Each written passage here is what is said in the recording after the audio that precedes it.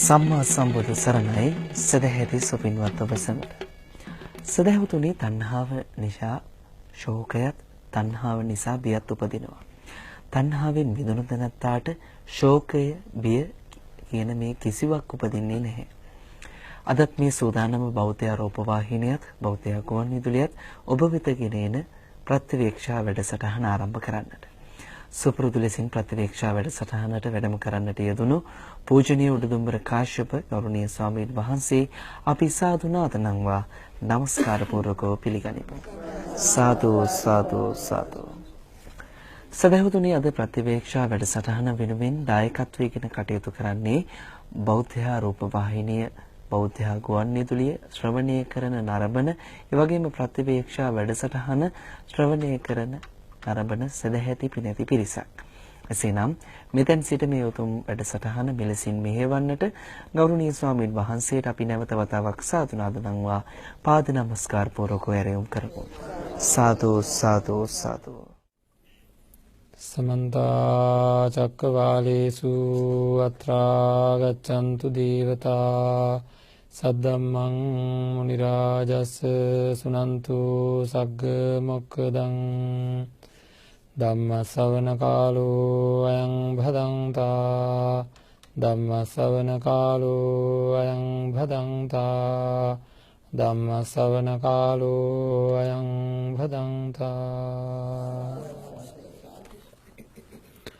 නමෝ තස්ස භගවතු වරහතෝ සම්මා සම්බුද්දස්ස නමෝ තස්ස භගවතු වරහතෝ සම්මා සම්බුද්දස්ස නමෝ තස්ස භගවතු වරහතෝ සම්මා සම්බුද්දස්ස. ඒකායනෝ අයං භික්ඛවේ මග්ගෝ සත්තානං විසුද්ධියා සෝක පරිද්දවානං සමතික්කමාය දුක්ඛ දෝමනස්සානං අත්තගමාය ඥායස්ස අධිගමාය නිබ්බානස්ස සච්චි කිරියාය යදිදං චත්තාරෝ සතිපට්ඨාන.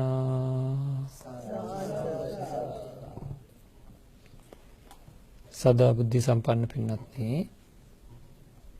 දින 4ක් තිස්සේ අපි සාකච්ඡා කරමින් ඉන්නේ සිහිය පවත්වා ගැනීම මොනතරම් වටිනාකමක් තියනවද කියන කාරණා පිළිබඳ සහ ඒ සඳහා ප්‍රායෝගිකව මොනවද කරන්න ඕනේ කියලා සාකච්ඡා කරමින් ඉන්නවා.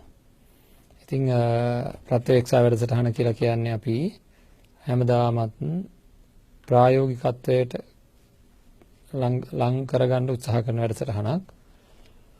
කරන්න ඕන දේවල් විතරක් සාකච්ඡා කරන්නයි උපරිම උත්සාහයක් කරන්නේ. සඳහා අවශ්‍ය කරන මූලික ධර්ම කාරණා විතරයි කතා කරන්නේ.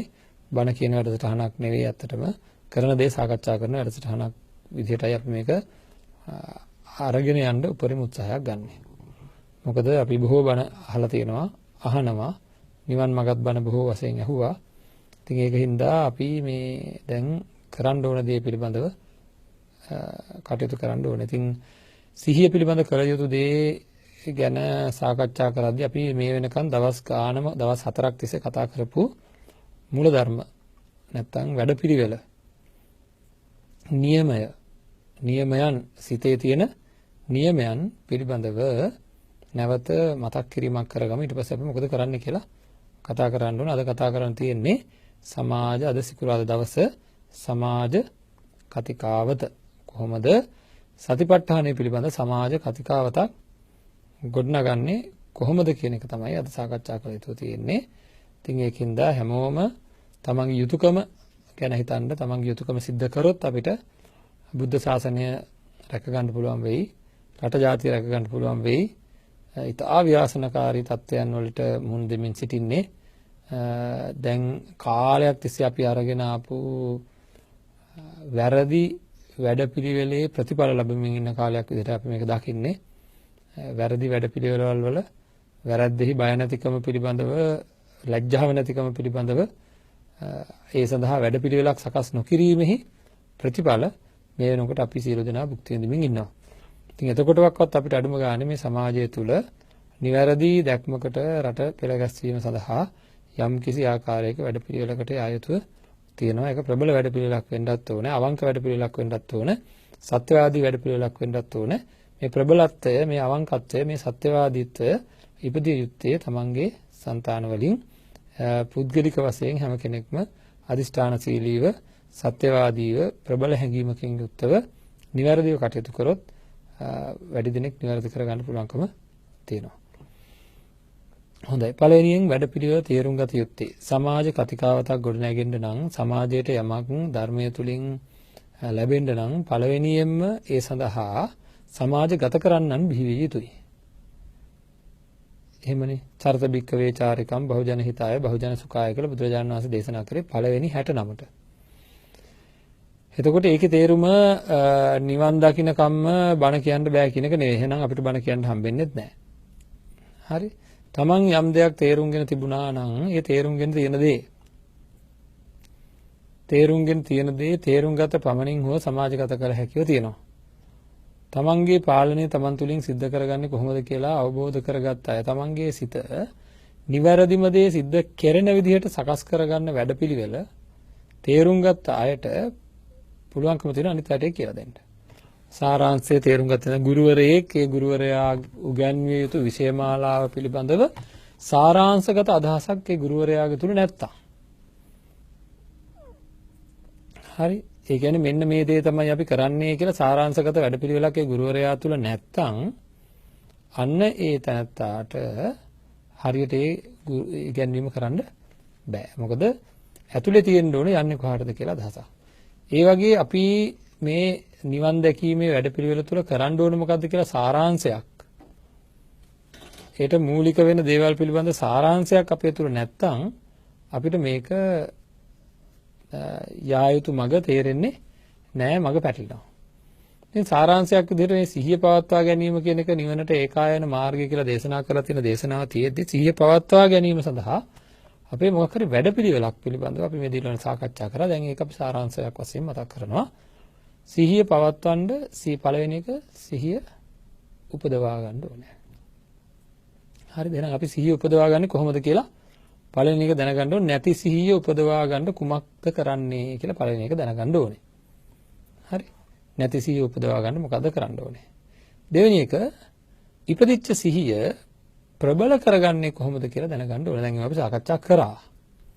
ඊළඟට ඒ ඉපදිච්ච ප්‍රබල කරගත්ත සිහිය පවතින තත්ත්වයට ප්‍රබල කර ගැනීමමයි පවතින්නේ. එහෙනම් සිහිය පවතින විදිහට හිත සකස් කරන්නේ කොහොමද කියලා දැනගන්න ඕනේ. හරිද? එතකොට එහෙනම් අපි සිහියක් නැති සිහිය උපදවා ගැනීමත් ඇති වෙච්ච සිහිය පවත්වා ගැනීමටත් ක්‍රමවේද සාකච්ඡා කරා. කොහොමද? අපිට දැනුමක් නැත්නම් නුවණක් නැත්නම් ඇත්ත తත්වය පිළිබඳව නුවණක් නැත්නම් අපිට සිහියක් කොහොමද තියෙන්නේ නැහැ. එහෙනම් පළවෙනියෙන්ම නුවණ ඇති කරගත යුතුයි. ඒ සඳහා ධර්ම ශ්‍රවණය සහ කල්යාණ මිත්‍ර ආශ්‍රය අවශ්‍යයි. ධර්ම ශ්‍රවණය සහ කල්යාණ මිත්‍ර ආශ්‍රය අවශ්‍යයි. ඒ අදාළ නුවණ ඇති කර ගැනීම සඳහා. ඊළඟට ඒ ඇති කරගත්ත නුවණක් ඇති වෙනකොටම ඒ කියන්නේ අවබෝධයක් ඇති වෙනකොටම ඒ නුවණත් එක්ක පෙරපසු නොවීම උපදින සිහියක් තියෙනවා. ඒ මොකද්ද? අපි මොන හරි දෙයක් ගැන නුවණක් ඇති කරගත්තාම අපිට ඒත් එක්කම දෙයියනේ මං හිතා හිටිය විදිහ නෙවෙයි මේක සම්පූර්ණයෙන්ම වෙනස් නේ කියලා සිහිය උපදිනවා.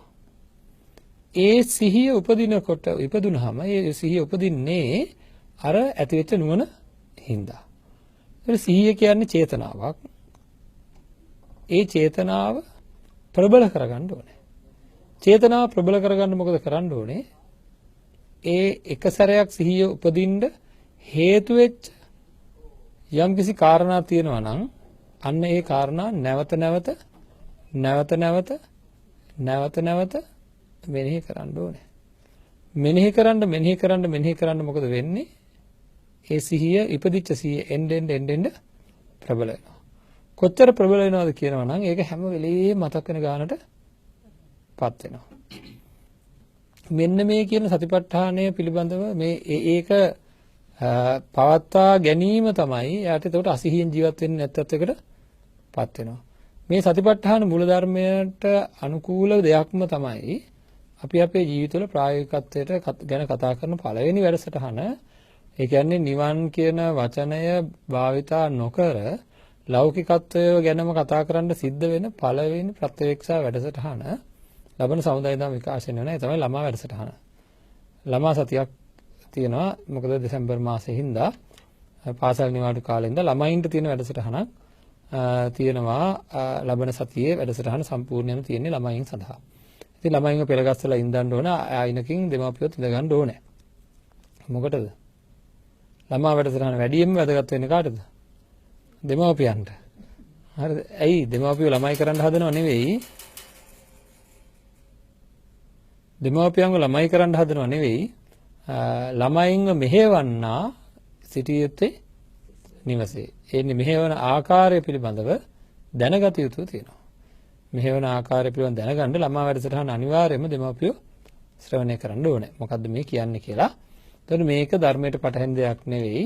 ධර්මයේ තුල තියෙන ආකාරයක්. ඉතින් බලන්න මේ අපි දැන් සතිපට්ඨාන පිළිබඳව සාකච්ඡා කරපු දේම අපිට ළමා වැඩසටහන තුළ දකින්නට ලැබෙයි. ළමයින්ට අපි සතිපට්ඨාන කියන්නේ නැති වුණාට මොකද්ද මේ කෙරෙන්නේ කියලා සාකච්ඡා කෙරෙයි. කෙරෙන දේ ප්‍රායෝගිකත්වයක් පිළිබඳව. එහෙනම් දැන් අපි බැලුවා සිහිය උපදවා ගන්න නුවණ හදා ගන්න ඕන. නුවණ හදාගෙන ධර්ම ශ්‍රවණය කරන්න ඕනේ. ධර්ම ශ්‍රවණය කරාට පස්සේ අපි දන්නවා ඊයේ දවසේත් අපි කතා කරා මරණය ගැන ධර්ම ශ්‍රවණය කරපු දවසට මට බය තියෙනවා නේද? මරණ චුතිසිත ගැන මෙනෙහි කරපු දවසට මගේ චුතිසිතට මොනවා ඇදිලා ඉද දන්නේ නැහැ කියලා බය තියෙනවා. එතකොට ඒ ධර්මයේ ශ්‍රවණය කරපු හින්දා මේ බය ඇති උනේ මොකද දැනගත්තා. මේ සසර මෙහෙම භයානකයි, සසර අති භයානකයි. මම මේ මෙහෙම හිටියට මොකද මගේ මරණයෙන් මත්තේ මම ගැරන්ඩියෙක් වෙලා උපදින්න පුළුවන්, හරකෙක් වෙලා උපදින්න පුළුවන්, නරියෙක් වෙලා උපදින්න පුළුවන්, කුකුලෙක් වෙලා උපදින්න පුළුවන්, ප්‍රේතෙක් භූතයෙක් මලයක් වෙලා උපදින්න පුළුවන්. ඕන තරම් ඒ සඳහා අවස්ථාව තියෙනවා. ඒ විතරක් නෙවෙයි නිරිසතෙක් වෙන්නත් පුළුවන්. ඉතින් මම ඒ සඳහා සූදානම්ද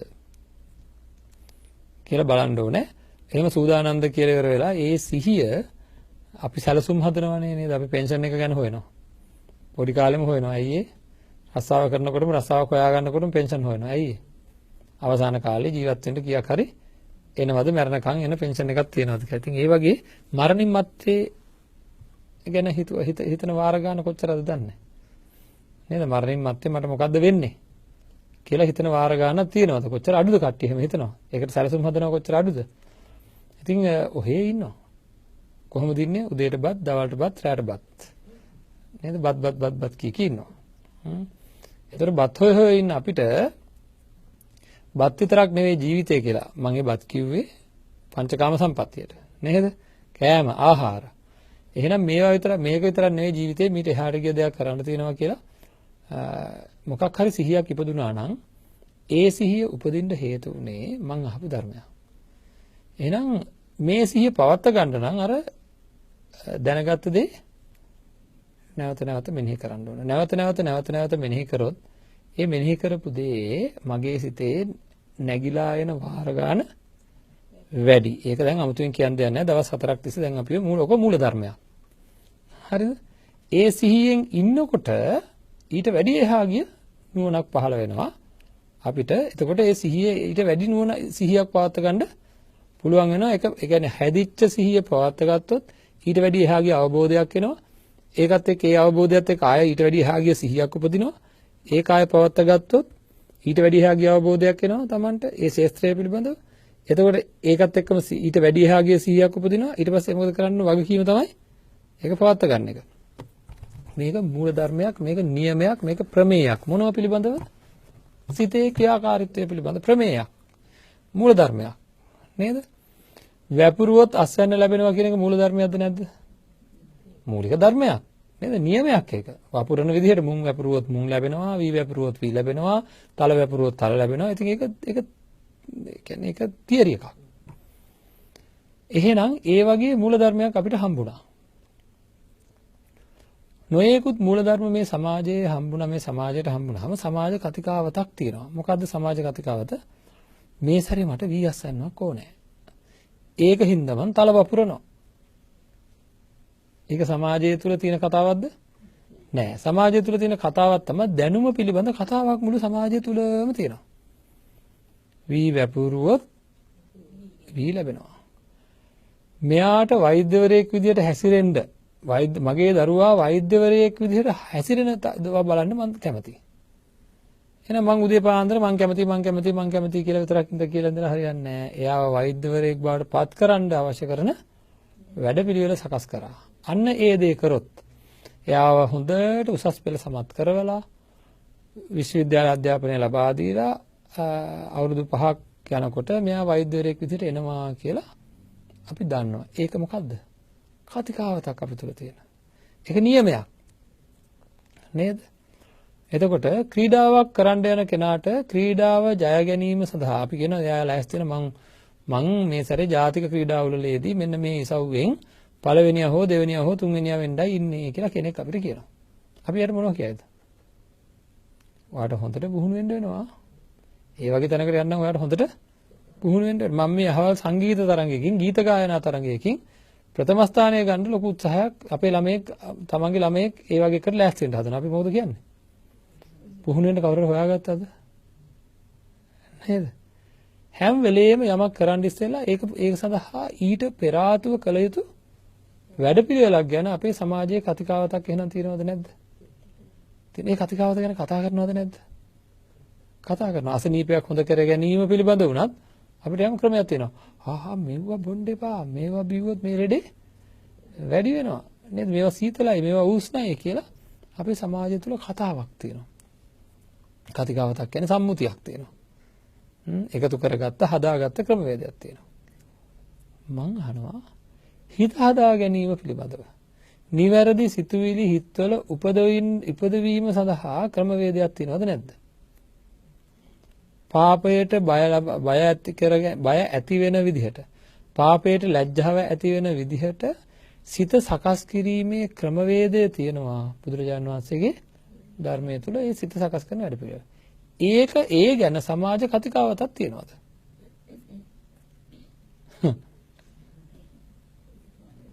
නෑ. නේද? එහෙම එකක් නෑ. වැරදි කාර්යයට බයින ඔක්කොම එකතු වෙලා. වැරදි කරන මනුස්සයට ඔක්කොම එකතු වෙලා ඇති පදම් බයිනවා. හැබැයි මෙයා වැරදි කරන්න මෙයාගේ සිතේ ඒ වැරද්ද වළක්වා ගැනීම සඳහා අවශ්‍ය කරන හැඟීමක් චේතනාවක් ඉපදුනේ නෑ. ඉපදුනේ නැත්තේ ඒ සඳහා එයා ඒ හැඟීම එන විදිහට හිත සකස් කරලා නෑ කියලා හැඟීමක් හඳුනා ගැනීමක් එහෙම සකස් වෙන විදිහට කටයුතු කරන්න ඕන කියලා වැඩපිළිවෙලක් ගැන අපිට අදහසක් නැහැ. ඇයි අදහසක් නැත්තේ? මේ වැඩපිළිවෙල කොහෙද තියෙන්නේ? ධර්මයේ තුල තියෙනවා. මම උදාහරණ කියන්නම්. අපි දන්නවා ඕන අකුසලයක් හිතක ඇවිල්ලා ඒ අකුසලය නිසාවෙන් අපේ හිත නොසන්සුන් වෙනවා. මම කොහේ හරි ගෙදරක ඉන්නවා. අනුන්ගේ ගෙදරක ඉන්නවා. ඉන්නකොට මම දකිනවා කබඩ් එකේ උඩ හොඳ ඇපල් ගෙඩියක් තියෙනවා. කට්ටියත් එහාට මෙහාට යනවා. දැන් මට ඇපල් පිළිබඳ ආසාව උපදිනවා. ඉපදිලා දැන් මට මේක බෑග් එකට ගියොත් හොඳයි මගේ. හරිද? මේක මට දාගන්න හිතන බෑග් එකට. දාගන්න හිතනවා කියන්නේ කුසලයක්ද අකුසලයක්ද මේ ඇවිල්ලා තියෙන්නේ? ඕන අකුසලයක් ඇවිල්ලා. දැන් ගිජුකමක් ඇවිල්ලා ඇපල් ගන්න. දැන් ඒක ගන්න ඕන වගේ අදහසක් ඇවිල්ලා. හිතිච්ච ගමන් ගන්නවද? නෑ. ඒ වුණාට එකපාරටම හිතෙනවා නෑ අහු වුණොත් ඉවරයි. ඊටත් මේකට අයිතිකාරයක් ඇති. එයාත් ආසාවෙන් මේක කණ්ඩගෙනත් තියලා ඇත්තේ. එයාට නැතුණු මොනවා හිතේද කියලා ඒවත් හිතෙනවා. ඒ අතර වල ආය නෑ කියලා ආසාව තාවත් වැඩි වෙනවා. ඒකත් එක්ක ගිඩි ගාලා හොයන්න හරි හොරකමකට එහෙම කිට් වෙනකොට මොකද කියන්නේ මාව ඔය මල්ලත්තක් එහෙම හොරකම් කරන්න ගියාම අපේ අම්මලා දන්නවන්නේ නේද? අනුන්ගේ ගෙදරකින් මල්ලත්තක් එහෙම කඩන්න ගියා නම් ඔන්න කියනවා සද්දයක් ඇහුණා මාව ගිඩි ගාලා ගැහුණා කියන එක නොසන්සුන් වෙනවා. හරි? නොසන්සුන් වෙලා එක සීමාවක් යනකම් මේක නොකර ඉන්න මට පුළුවන්. එක සීමාවක් පැනනට පස්සේ වැඩේ කෙරෙන තත්ත්වයටපත් වෙනවා. නේද? කරනවා නෙවෙයි කෙරෙන තත්ත්වයටපත් වෙනවා. ඔන්න ඔය වැරදි සිතුවිල්ල ඇවිල්ලා නොසන්සුන් වෙලා කෙරෙන තත්ත්වයටපත් වීම සමහර වෙලාවට දවසක් යනවා අපට ඔය ටික වෙන්න. දවසක් හිතලා වැරදි කරන වෙලාවල් තියෙනවා. සමහරට අවුරුද්දක්ම යනවා. මේ සමහර වැරදි කරන ඔය කාමයේ වර්ධව හැසිරීම වගේ සමහර අය සිද්ධ කරන්නේ නැතුව පාලනය කරන් ඉඳලා නේද? අවුරුදු ගාණක් ඒ සිතුවිලි තිබිලා සමහර ලාවට කැඩලා ගිහිල්ලා ඒ වගේ වැරදි සිද්ධ වෙන අවස්ථා තියෙනවා. සමහර ලාට කුසනයයි. මේ හිතුණා මේකලා. එහෙනම් සිතුවිල්ල ආවත් එක්ක ක්‍රියාත්මක භාවයට යන කාලය කොච්චරක් වේද කියලා කියන්න බෑ. ඒ දෙක අතරතුර සිද්ධ වෙන්නේ සිතුවිල්ල ප්‍රබල වෙන එක. ඔන්න ඔය නරක වැඩක් කරන්න ඕනේ කියලා සිතුවිල්ලක් එනකොට ඒ සිතුවිල්ල ක්‍රියාත්මක වෙන්න පෙර ආතුව අපේ මනසින් ඒක වළක්වා ගැනීම සඳහා ඒකට ප්‍රතිවිරුද්ධ සිතුවිල්ල ඉපදිය යුතුව තියෙනවා. හරිද? අන්න ඒක නිකන් උපදින්නේ නෑ. ඒක එහෙම උපදින විදිහට අපි අපේ මනස හදන්න ඕනේ, පුරුදු කරන්න ඕනේ. අන්න එහෙම කෙරුණොත් තමයි අපි මේ හැම දෙයක්ම වළකින්නේ. ඔය පංචශීල සමාදානය කියන්නේ ඔන්න ඕක පරීක්ෂා කරන එක. හරිද? එහෙම සිතුවිලි එන්නේ ධර්ම ශ්‍රවණය කරපු අයට, එහෙම සිතුවිලි එන්නේ කල්යාණ මිත්‍රයෝ ආශ්‍රය කරපු අයට, ධර්මයේ තුල යෙදෙන අයට. එහෙම පුහුණු කරන්නේ නැතුව මොනතරම් පාඩම් කරත්, මොනතරම් ධර්මය තමන්ගේ ජීවිතයට එකතු කරගත්තත් ඒ ධර්මය දරන්නේ නැහැ. ධර්මය ධාරණය කරගන්නවා කියන්නේ එකක්, දරනවා කියන්නේ තව එකක්. ධර්මයේ කියන වචනේ තියෙන අර්ථ දැක්වීමම පින්නත්නේ යමක් දරනවා නම් సంతානයේ. හොඳට මතක තියාගන්න. යමක් දැරීමමයි ඒ දරන දේ තුලින් අපාගාමී ගමන නවත්තනවා නම් සංසාර වට දුක්ඛ ස්කන්ධය නවත්තනවා නම් අන්න ඒකට කියනවා ධර්මය කියලා. මේ මොන ධර්මයේද? බුදුරජාණන් වහන්සේ දේශනා කරපු ධර්මය. හරිද? යම් මානසිකාරයක් නැත්නම් යම් කෙනෙක් තුල දැරීමක් තියෙනවා. ඔය කියන්නේ ධාරණය කර ගැනීම නෙවෙයි. මට කියන්න. ධාරණය කරගත්ත ඒවා අදාළ වෙලාවට ඔක්කොම මතක් වෙනවද? අදාළ වෙලාවට ධාරණය කරගත්ත ඔක්කොම මතක් වෙන්නේ නැහැ. මම මරණය ගැන බොහෝ විස්තර ධාරණය කරගත්තා. ඒ ගැන මතක් කරන වෙලාවට මට කියන්න පුළුවන්. ඒ දෙකේ වෙනස බලන්න. මරණය ගැන තියෙන විස්තර ඔක්කොම මම ධාරණය කරගත්තා. නැත්නම් අභිනවකට ලේසි කාමච්ඡන්දය කියන්නේ මොකද්ද? ව්‍යාපාදේ කියන්නේ මොකද්ද? තීන මිද්දේ කියන්නේ මොකද්ද කියලා මම විස්තර සහිතව ධාරණය කරගත්තා.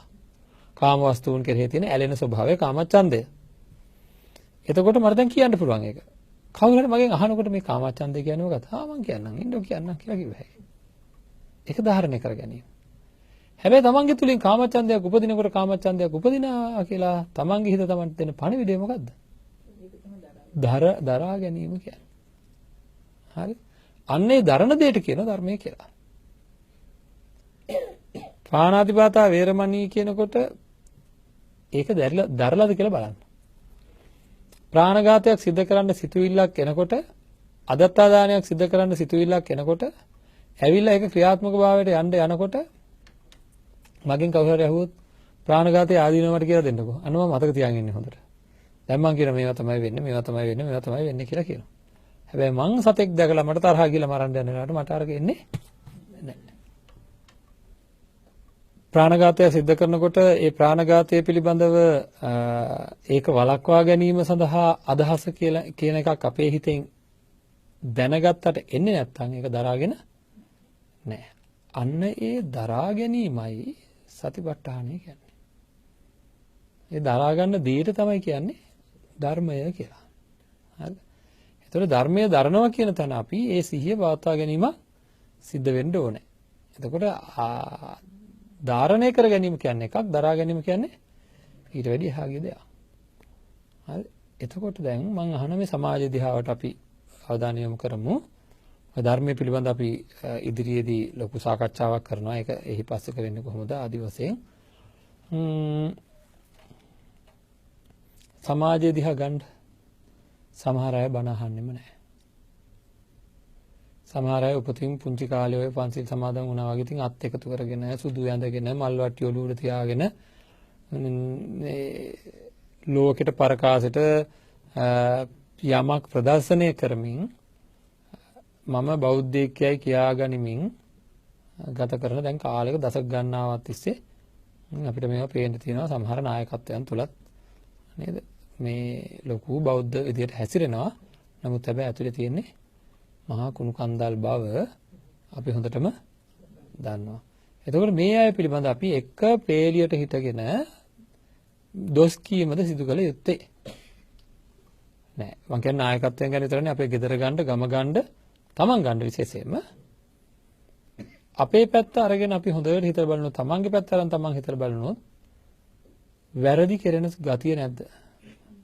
වැරදි කෙරෙනකොට වැරදි කෙරෙන්නේ ඇයි එහෙනම්? ඒ වැරද්ද නවත්තන්න අවශ්‍ය කරන ශක්තිමත් සිතුවිලි ඒ වැරද්ද ක්‍රියාත්මක වෙන්න ඉස්සෙල්ලා ඇවිල්ලා මගේ මනසෙන් නැగిලා ඒක නවත්තවුවේ නැති නිසාවෙන් නේද? වැරද්දක්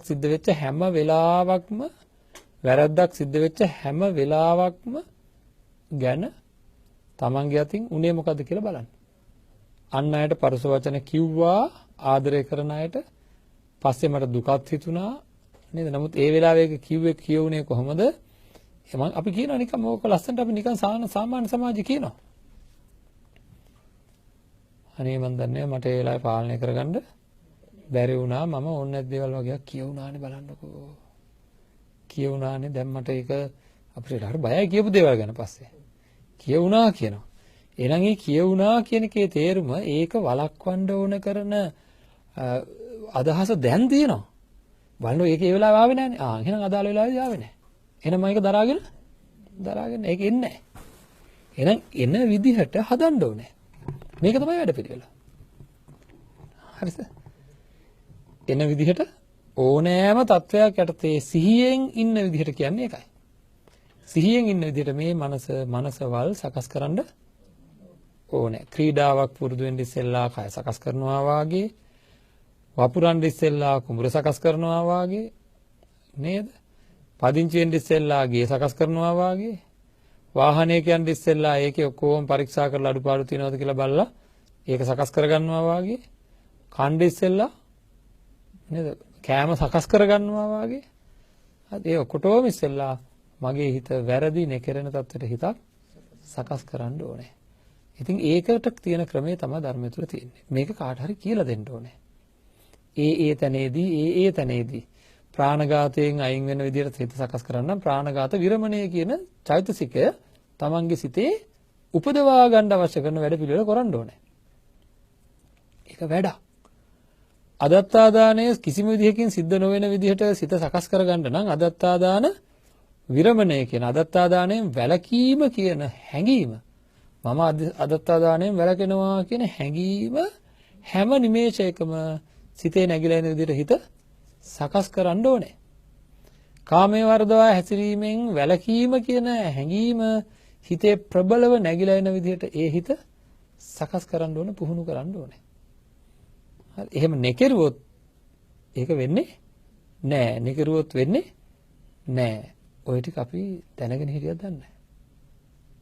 අපි කරාට මූල ධර්මයක් විදිහට මේක දැනගෙන හිටියේ නෑ. නේද? මේක හදන්න ඕනේ. එහෙනම් අද මගේ අතින් ප්‍රාණඝාතයක් වුණොත් මම මොකක්ද දැනගන්න ඕන?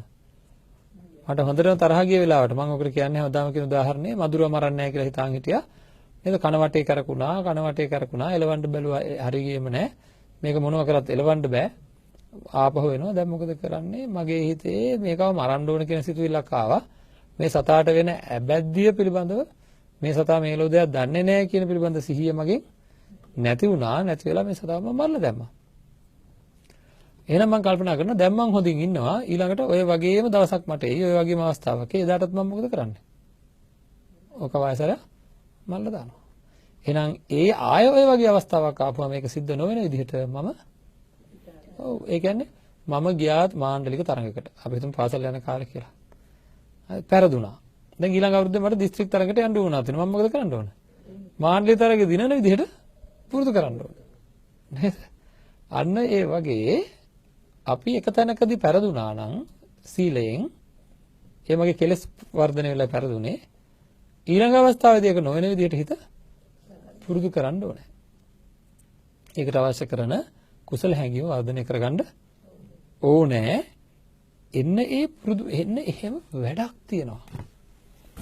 එහෙම වැඩක් තියෙනවා. හරිද? ජීවිතේ ජීවත් කරවද්දී අපි ලෞකික ජීවිතේ හරි අරමුණු වලට යද්දී බාධා වෙන සිතුවිලි එනවා. නේද? වෙන දේවල් වලට ආසයි වෙනවා.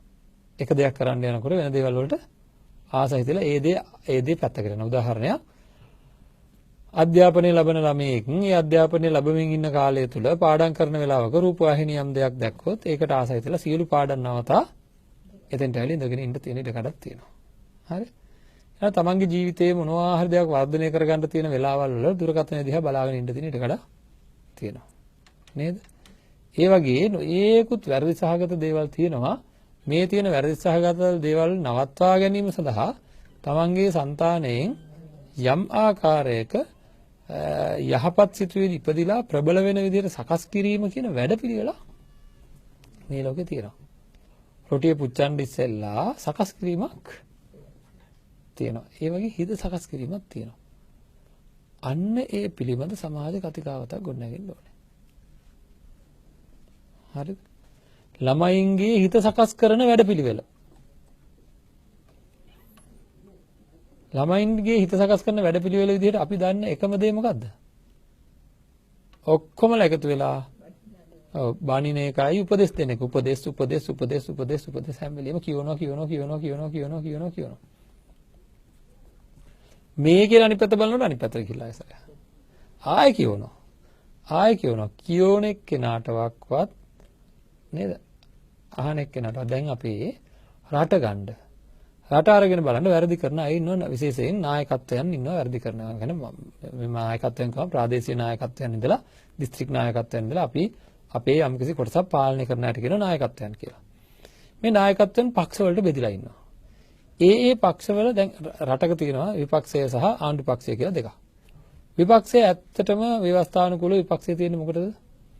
ආණ්ඩු පක්ෂයේ වැරද්දක් වෙන වෙලාවක ඒක නිවැරදි කර ගැනීම සඳහා පෙන්වා දීම.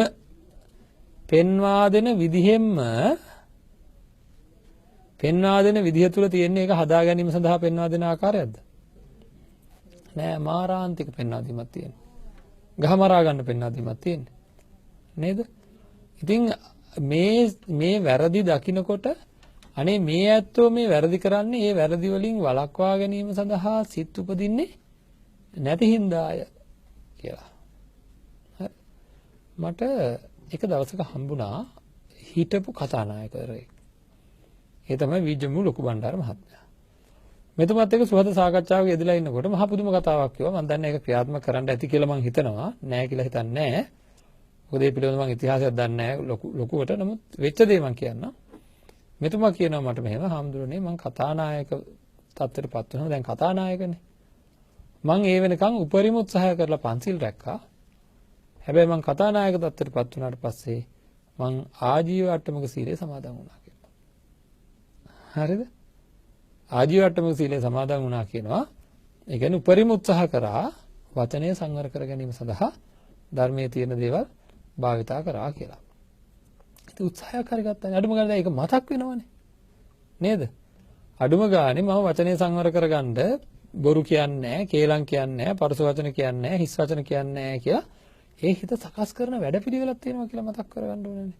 ඒත් අපේ ළමයින්ගේ තියෙන නොමනා ක්‍රියා, ළමයින්ට තියෙන තරුණයින්ට තියෙන ප්‍රශ්න හමුවේ ඒ කට්ටියගේ චිත්තසංතාන සකස් කරන වැඩපිළිවෙල අපිට හැම වෙලේම දැනෙන්න ඕනේ. ගෙදර ඉන්න අය පිළිබඳ අපිට මෙයා මේ විදිහට දැන් මං කියන්නම් අපි පීඩිතයි. ඇයි අපි පීඩිත කියලා ඇති වෙලා අපි කියනවා මට දැන් කියලා ඇති වෙලා තියෙන මං ආයි කියන්නේ නැහැ. ඒකෙන්ම තේරෙන්න ඕන කියලා විතරක් හදන්න බෑ කියන එක. හිතක් හදන්න අවවාදය කියන්නේ එකක් විතරයි. අනුශාසනාව කියන්නේ එකක් විතරයි. ඒකයි අපි ප්‍රත්‍යක්ෂ වැඩසටහන ප්‍රායෝගික පැත්තකට හරවන්නේ. නැත්නම් අනුශාසනාව විතරයි. හරි මේ වැඩසටහන තුල ප්‍රායෝගිකව තමන් මේවා කරන්නේ නැත්නම් අපි යනවා. හරිද? ආයිබෝවන් කිව්වා ගියා. නේද? ආයිබෝවන් නේ අතවන්ලා යන්නේ. නේද? ඔන්න ඔයාලා එහෙනම් ඔහොම ඉන්න හැමදාම වහගෙන ඉන්න අපි කණ්ඩායම යනවා. එකතු වෙලා වැඩ කරන කට්ටිය මාත් එක්ක ඉස්සරහට යයි. හරිද? එහෙනම් අනිත් අය එහෙම රැඳෙන්න කම්මැලිකමට ඉන්න අය ඔහොම ඉන්න. නේද? ඒ කරන්න ඕන වැඩේ කරන්නේ නැතුව නේද? භාවනා ආදිය හැමදාම දෙන පැවරුමක් තියෙනවනේ. ඒ පැවරුම සිද්ධ කරන්නේ නැතුව වාසය කරනවා නම් ඉතින් එහෙම ඉන්න එකයි තියෙන්නේ. ඉතින් හැමදාම අහගෙන ඒකට කියන්නේ මොකද්ද? ශාස්ත්‍රවරයන් වහන්සේගේ මුව දෙස බලා සිටින්නා කියලා. කට දිහා බලන් ඉන්න අය. මූණ දිහා බලන් ඉන්න අය. කියලා පෘථග්ජනයන් අර්ථ දක්වලා තියෙනවා අටුවා ග්‍රන්ථය. ඉතින් කොහොම නමුත් අපි දැන් කළ යුතු දේ තමයි මේකට වැඩ පිළිවෙලක් හදන්න ඕන. අපේ හිතවල හිත හදාගත්තා නම් ඔක්කොම ඉවරයිනේ. හිත හදාගන්න වැඩ පිළිවෙලක් ක්‍රමයක් තියෙනවානේ. හිත හදාගන්න ක්‍රමයක් තියෙනවා. හිත හදාගන්න ක්‍රමයක් තියෙනවා. හොයන්න පටන් ගන්න ඕනේ. ඉස්සෙල්ලාම කාටද? තමන්ට. ඕක තමන්ගේ පැත්තෙන් හොයාගෙන පාලනය වෙන්න පටන් ගන්න ඊට පස්සේ. ඒක හරි පුදුම අත්දැකීමක්. ඒක ලබන්න කියලා මම මේ කියන්නේ. අමාරුවෙන් පාලනය කරගත්ත ඒවා. හරිද?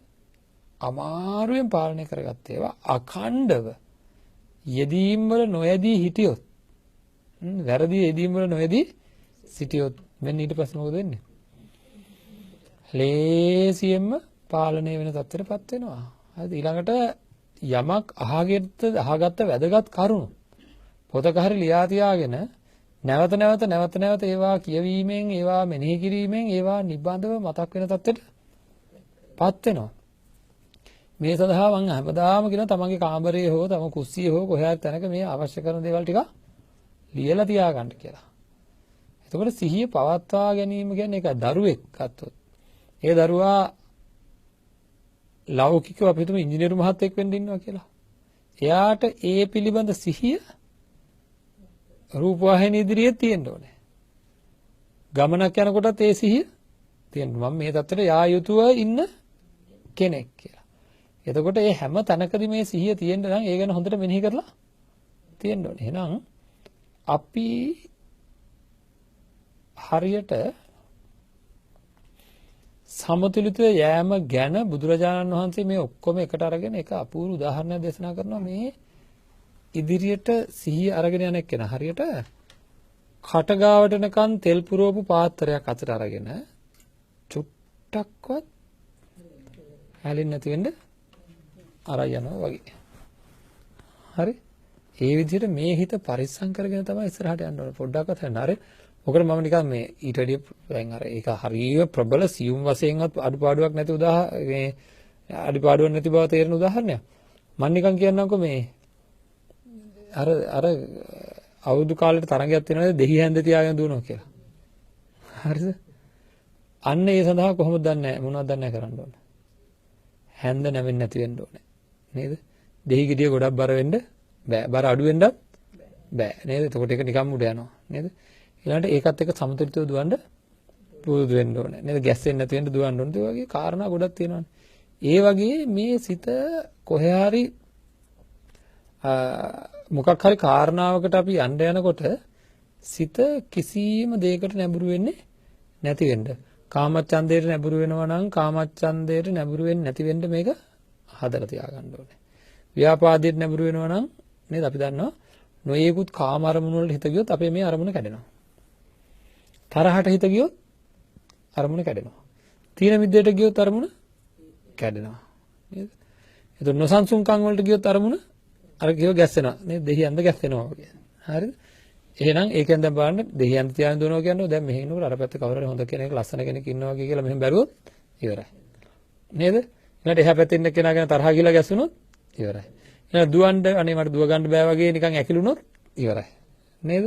ඊළඟට නොසන්සුන් වුණොත් ඉවරයි. නේද? ඔය දිවිල්ලෙන් දිවලා වැඩක් නැහැ කියලා හිතුවොත් ඉවරයි. එහෙනම් හරියට නීවරණ පහ වගේ. නේද? ඒ වගේ මේ හැම වැඩකදීම අපිට ආපස්සට අදින බලවේග වගේ තියෙනවා.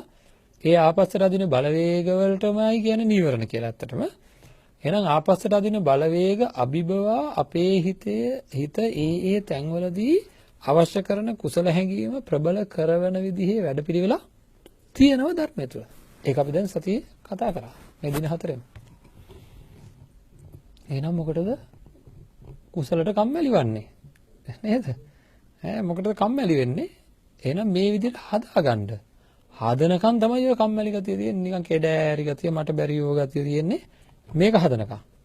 හදාගත්තාම ඒක නැහැ. හදනකම් තියෙන්නේ ඇස්පිය වෙච්ච ගතිය, ඔළුව බර වෙච්ච ගතිය, මුක්කු තියෙන ගතිය, හරහා දාන්න හිතෙන ගතිය. එහෙම ඒවා තමයි තියෙන්නේ මේ ශරීරයත් එක්ක. හරිද? හදාගත්තට පස්සේ මොකද වෙන්නේ? හරි ප්‍රබෝධමත්. මේක හැදුවට පස්සේ හරි ප්‍රබෝධමත් කාර්යක්ෂමයි. උදේ ඉඳන් ලොකු වැඩ ප්‍රමාණයක් කරන, උදේ ඉඳන් හරිම ප්‍රබෝධ ජනකව ඉන්න, කාලේ නාස්ති කරගන්නේ නැති, නිින්ද අඩු කරගන්න කෙනෙක් බවට, සිල් කඩන්නේ නැති, ඉන්ද්‍රිය සංවර කරගන්නේ නැති කෙනෙක් බවට පත් වෙනවා. ඒ බවටපත් වෙන මනස සකස් කරන්න හදන්න හැම නිමේෂයකම ඒක හිතේ තියෙනවා. අපි දරුවෝ ගැන උන ලෞකික අරමුණු වලත් එහෙමයි. මෙයාව මේ தත්ත්වයටපත් වෙන විදිහට මනස සකස් කරන්න ඕනේ. ඒතකොට මේ කට්ටිය මනස සකස් කරගෙන නැහැ. කවුද වැරදි කරන කට්ටිය දිහා දැක්කම වට දෙන්නේ. එයාලා මනස සකස් කරගෙන නැහැ. එහෙනම් මේ පිළිබඳ කතාවක් අපේ තුල ගියොත් මේ පිළිබඳ කතාවක් අපේ තුල අපි එකිනෙකා මුමුණන්න පටන් ගත්තොත් මනස සකස් කරේ නැත්නම් වැඩේ හරියන්නේ නැහැ. ඔය අපි ටීවී එකේ දකිනකොට වැරදි කරන අය පිළිබඳ ප්‍රවෘත්ති අපිට සංඥාවක් ආවද මෙයා ඒක නෙකරන විදිහට මනස සකස් කරලා නෑ. කවුරු හරි පරුස වචන කියලා ගමේ කෙනෙක් බැන්න කියලා ආරංචියක් එනකොට අපිට කියනවා මෙන්න මේ අහවල් කෙනාට අහවල් කෙනා හොඳටම පරුස වචන කියලා නොහිතපු වචන කියලා බැන්නා. ඒක මේ හොඳ කෙනෙක්. අපිට මොකද වෙන්නේ? එයා මොන බණ කතා කරත් එයාගේ මනස සකස් කරගෙන නෑ. හරිද? මනස සකස් කරගෙන නෑ. මනස සකස් කරගත යුතුව තියෙනවා. මනස සකස් කරගත යුතුව තියෙනවා. එහෙනම් අන්න ඒ කතිකාවත හැම වෙලෙම හැම තැනකම මිමිනෙන්න ඕනේ. හැම තැනකම කියන්න ඕනේ. Tamanට ඒකට උපදෙස් දෙන්න පුළුවන් තත්යකටපත් වෙන්න ඕනේ. ඒකට අපි කරන්න ඕනේ තමන්ගේ පැත්ත වර්ධනය කර ගන්න ඕනේ වැරදි වෙන්නේ නැති විදිහට. හරි? එහෙනම් ඒ විදිහට වුණාට පස්සේ අපිට සිත සකස් කරන වැඩපිළිවෙලක් නේද කවදා හරි මේ රටේ මිනිසුන්ට නිවැරදිව ක්‍රියාත්මක වෙන්න අපි හිතමු අඩුම තරමින් හොරකම් නොකර ජීවත් වෙන්න පුරුදු කරන්න ඕනේ කියලා වචනයක් කොහේ හරි ඇහුණාද? හරිද? හොරකම් නොකර ජීවත් වෙන්න හිත පුරුදු කරන්න ඕනේ. පාරුස වචන නොකිය ජීවත් වෙන්න හිත පුරුදු කරන්න ඕනේ. හරි අපි සාකච්ඡාවේදී කිව්වා ප්‍රැක්ටිස් කරන්න ඕනේ කියලා ඔකට. හරිද? අපි කියනවනේ නේද? අපි කියනවනේ එක ඒවා පුරුදු කරන්න ඕනේ කියලා.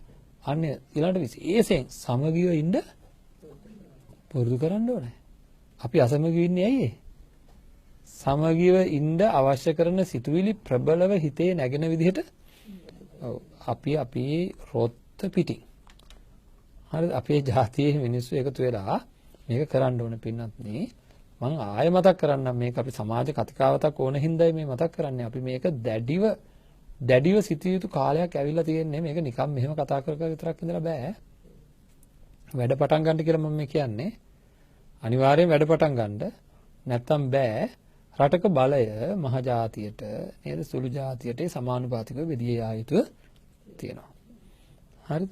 එතකොට තමයි මේ රට විශේෂයෙන් බෞද්ධ රටක් නම් බෞද්ධ මිනිස්සු බෞද්ධ අයගේ බලය තහවුරු විය යුතුයි. බෞද්ධකම වැපරුණොත් තැනක බෞද්ධකම කියලා කියන්නේ ඔක්කොමලා බෞද්ධ වෙන්න කියන එක නෙවෙයි. බෞද්ධ සංකල්ප අනුව ක්‍රියාත්මක වුණොත් ලෝකයේ කිසිම කෙනෙකුට කිසිම අසාධාරණයක් වෙන්නෙත් නැහැ, නිවට වෙන්නෙත් නැහැ. හරිද? ලෝකෙහි කිසිම කෙනෙකුට කිසිම අසාධාරණයක් වෙන්නෙත් නැහැ, නිවටව නියාලුව ඉන්නෙත් නැහැ. ඒ කියන්නේ මරා ගන්න යනවා කියන එක නෙවෙයි, ඍජු සහ මෘදු වෙනවා කියලා අපි කිව්වා. අපි දන්නවා ඒක. දැන් අපි බොහෝ කාලයක් තිස්සේ කියනවා. එහෙනම් බලන්න අපේ රටක් ගත්තාම අපේ රටේ ජාතීන් වශයෙන් බලය බෙදී යාමේදී හරිද? බෙදී යාමේදී සිද්ධ වෙන සිද්ධිය ලේසියකට කෙනෙක් දකින්නේ නැහැ. දකින්න අය සද්ද නැතුව ඉන්නවා. ජාතීන් වශයෙන් ගත්තොත් දෙමළ, මුස්ලිම්, තවත් නොයෙකුත් ජාතීන් අතර ඊට පස්සේ මේක දාන්න ඕනේ. ද්‍රවිඩ අය, මුස්ලිම් අය, නිල් සිංහල අය, කොළ සිංහල අය, රතු සිංහල අය කියලා ಜಾති තුනක් විතර තියෙනවා. එහෙම බලපුවාම ප්‍රතිශතයක් වශයෙන් ගත්තාම ඒ ಜಾති තුන ගත්තාම අනිත් අය වැඩි. ඒකින්ද දැන් කාලයක් තිස්සේ අනිත් අය මත රඳාපවතින ආණ්ඩු බිහි වෙනවා.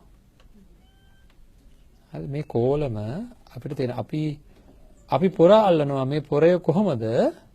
ඒකයි කියන්නේ සමගිව ඉන්න මේවා අහන්න ඕනේ ඉස්සෙල්ලා. අහලා මේවා දරන්න ඕනේ. අපි අසමගී වුණොත් වෙන්නේ මොකද්ද කියලා දරන්න ඕනේ. එහෙම අසමගී වුණාම සිද්ධ වෙන දේ මොකද්ද කියලා සිත්වල උපදින විදිහට සිත් හදන්න ඕනේ. මේ මූලයට බෙහෙත දෙන්න. මූලයට බෙහෙත දෙන්න ඕනේ. එතකොට හරි. දැන් අන්තිමට වෙලා තියෙන එක හරියට මේක මොකක් වගේ දන්නවද? කපටි හිවලෙක් ඉන්න තැන බල්ලෝ 3-4 දෙනෙකුට මස් කෑල්ලක් දානවා. හරිද? දාපුවාම මොකද වෙන්නේ? මස් කෑල්ල ගත්ත බල්ලට අනිත් එක්කෙනා හපනවා ඊළඟ එක්කෙනාත් හපනවා ඊළඟ එක්කෙනාත් අන්තිමට පොරේ අල්ලනවා පොරේ මස් කෑල්ල පැත්තක තියලා මේ කට්ටිය පොර අල්ලනවා මස් කෑල්ල ගන්න බලාගෙන. අන්තිමට පොරේ ඉවර වෙලා බලනකොට මස් කෑල්ල නැත. හරිද? මුළු ජාතියටම වෙලා තියෙන ඕකද නැද්ද? අපි අල්ලනවා පොරය අල්ලලා බලනකොට මේකේ ඉතුරු වෙච්ච දෙයක් නෑ. මේකේ රැක ගන්න දෙයක් නෑ. අර පැත්තෙන් වෙනත් විදේශ රටවල් වලට මේකේ කෑලි විකුණලා ඒ එක එක්කෙනාගේ පලි ගන්න සමහර අය මේවා විකුණුවේ පලි ගන්න බලාගෙන. ඇත්ත කතා කරමු දැන්. බෞද්ධ අපිට නේද? බෞද්ධ අපිට හැදෙන්න ඕන වේදිකාවක් ඇත්ත කතා කරන්න පුළුවන් වේදිකාවක්. ප්‍රත්‍යවේක්ෂා කියලා කියන්නේ ඔන්න ඔය වේදිකාව. මේක බය තියෙන වේදිකාවක් නෙවෙයි. හරි මේ ප්‍රත්‍යවේක්ෂා තුල අපි මේ අවස්ථාවත් කතා කරලා එළියට බහලත් කතා කරන්න ලෑස්ති වෙන්න අපි සූදානම්. මේක කතා කරන්න වෙනවා. ඇයි ඒ සිහිය උපද්දවා දීම සඳහා. එහෙනම් ශ්‍රවණය වෙනවම සිහිය උපදී. ශ්‍රවණය වුණාට මදි. ඒක ධාරණය කරවන තරමට ඒ කට්ටිය අපේ ජාතියේ මිනිසුන්ගේ සිත්වල අපේ පොරේ නවත්තන්න ඕනේ, අපි එකමුතු වෙන්න ඕනේ කියන පුහුණුව ඇති කරන විශාල සමාජ කතිකාවතක් ඇති වෙන්න ඕනේ. ඒකට සිහිය පවතින තත්ත්වයට, ඒකේ සිහිය පවතින තත්ත්වයට මිනිසුන්ගේ සංකල්ප සකස් වෙන්න ඕනේ. ඉතින් මේ වගකීම තියෙන අපි ඔක්කොටම gedara සමගිය රැකගන්න, ගමේ සමගිය රැකගන්න. එතකොට අපි පුරුදු පුහුණු වෙයි. හරිද? තමන් තනියම පුරුදු වෙන්න ඕනම තත්වයක් යටතේ සමගි සම්පන්න ඉන්න. ඒ කියන්නේ තමන්ගේ සිහිය පවත්වා ගැනීම සඳහා තමන්ගේ අරමුණ මෙනෙහි කිරීම සිද්ධ කරන්න. පැවරුම ඊයේ කිව්වා. අදත් ඔන්නේ පැවරුම දෙන්න යන්නේ. බණ ඉවර කරන්න ඉස්සෙල්ලා මොකක්ද අදත් දෙන පැවරුම? සිහිය පවත්වාගෙන ඉන්න ඕනේ කියන සිහිය. දැන් අහගන්න උතන ඔව් මං සිහිය හදන්න ඕනේ නේද කියලා. සිහිය පවත්වාගෙන ඉන්න ඕන කියන සිහිය ඒ සිහියත් හැදෙන්න ඕනද නැද්ද? සිහිය පිහිටවාගෙන ඉන්න ඕන කියන සිහිය පිළිබඳව සිහිය තියෙන්න ඕනේ. අන්න ඒක උදෑසන නැගිට ගමන් හැමදාම මතක් කරගන්න. ඒ වෙලාවම දාගන්න මොකද්ද උදෑසන නැගිට ගමන් මම සිහිය පවත්වා ගන්න වැඩපිළිවෙල සිදු කරනවා. මම සිහිය පවත්වා ගන්න වැඩපිළිවෙල සිදු කරනවා. එහෙම වුණොත් මට ලොකු දියුණුවක් හැම පැත්තකම ඇති කරගන්න පුළුවන්. මම සිහිය පවත්වාගෙන ඉන්න ඕනේ කියලා ඉන්නවමයි කියලා අදිෂ්ඨානයක් අරගන්න හැමදාම උදේට. එහෙම ගත්තට පස්සේ අපිට අදාළ තැන්වලදී සිහිය පවත්වන්න අවශ්‍ය කරන සිහිය එයි. ඒක ආවොත් එයා කරුණු හොයයි කොහොමද මේ කරන්න කියලා. ඒ කියන්නේ මේ කතිකාවත තමන්ගේ තුල ක්‍රියාත්මක කරන්න. ඒක තමන්ගේ තුල ක්‍රියාත්මක කරනකොට ඒක ගෙදරට බෝ වෙයි. ගෙදරට බෝ වෙයි අනිත් අයට කියයි ඔයා ඔය විදිහට හැසිරෙන්න ඔයාගේ හිත හදලා නැති හින්දා ඔයා හිත හදලා බලන්න පොඩ්ඩක් ඔයාට ඔයිට වැඩි කම්මැලි නැතුව පාඩම් කරන්න පුළුවන් වෙයි. අද අපි ලබන සතියේ දිගටම ළමයින්ට මේ පිළිබඳව ලබන සතිය ගැන මම කිව්වා.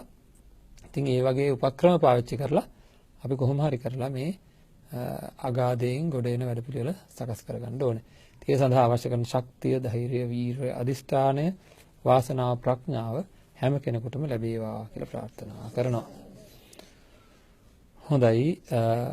අද දවසේ සියලු දෙනාටම චතුරාර්ය සත්‍ය ධර්මය අවබෝධය සඳහා නිවන් මාර්ගයට පිවිසීම පිණිසත් කියන පරම අරමුණක් මූලික කරගෙන දායකත්වය හා පැමිණි සියලු දෙනාට සෙත් ප්‍රාර්ථනා කිරීමටත් සුදු ජීවත්ව සිටින අයගේ ඥාති මිත්‍රාදීන්ට සෙත් ප්‍රාර්ථනා කිරීමත් මියගිය ඥාතීන්ට පුණ්‍ය අනුමෝදනා කිරීමත් කියන අරමුණෙන් අද දවසේ ධර්ම දේශනාවේ දායකත්වය දරන්නේ නිවන් මාර්ගට යොමු දායක පිරිසක් කියලායි සඳහන් කරලා තියෙන්නේ. ඉතින් ඒ කට්ටියගේ නංගොත් කිසිවක් සඳහන් කරේ නැහැ. වැඩි වෙලාවක් ධර්ම ශ්‍රවණය කරන්න අවස්ථාව ලබා දීලා ධර්ම දානමය පුණ්‍ය කර්මය පරිපූර්ණ බවට පත් කරගෙන කටයුතු කරා. නමුත් අපි ආය වෙනුවෙන් ප්‍රාර්ථනා කරමු අපේ නිවසට මේ ධර්ම දේශනාව අරගෙන එන්න කටයුතු කරපු මේ මැදිරියට ඇවිල්ලා බණ අහපු පින්වත් පිරිසට උතුම් ධර්ම අවබෝධය සඳහාම මේ සියලු පුණ්‍ය ශක්තිය හේතු වේවා කියලා ප්‍රාර්ථනා කරමු. ආකාසට්ටා චුම්මට්ටා දේවා නාග මහිද්దికා පුඤ්ඤන්තං අනුමෝදිත්වා චිරං රක්ඛන්තු ශාසනං චිරං රක්ඛන්තු දේශනං චිරං රක්ඛන්තු මං පරන්ති. සාදු සාදු සාදු. සදහතුනි නිවැරදිම වෙනසකට ජීවිතය රැගෙන යන ප්‍රතිවේක්ෂා වැඩසටහනේ සතිපට්ඨානය ඇසුරෙන් කෙරුණු සමාජ කතිකාවත දේශනාව අද දවසේ එලෙසින් නිමවට පත් වුණේ. දේශනාව පවත්වා වදාළ පූජනීය උඩුදුම්බර කාශ්‍යප අපේ ගෞරවනීය ස්වාමීන් වහන්සේට නිදුක් නිරෝගී චිරජීවනය සැලසේවායි අපි සාදු නාද නම්වා ප්‍රාර්ථනා කරමු. සාදු සාදු සාදු.